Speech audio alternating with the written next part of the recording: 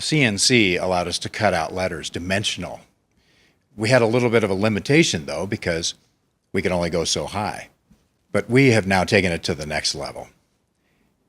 What we have done now is use that CNC technology to create things in large format. We use EPS foam, basically styrofoam.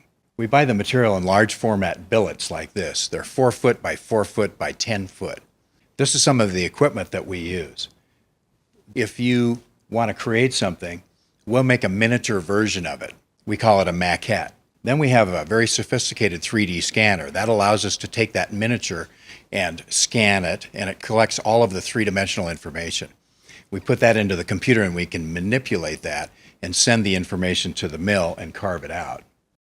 After we put the hard coats on these, then we do our final finish. So we'll put a bonding primer on it and then use acrylic paints to embellish it. So you can see an example where this character was carved out of EPS and a finished product. He stands about 5 feet tall.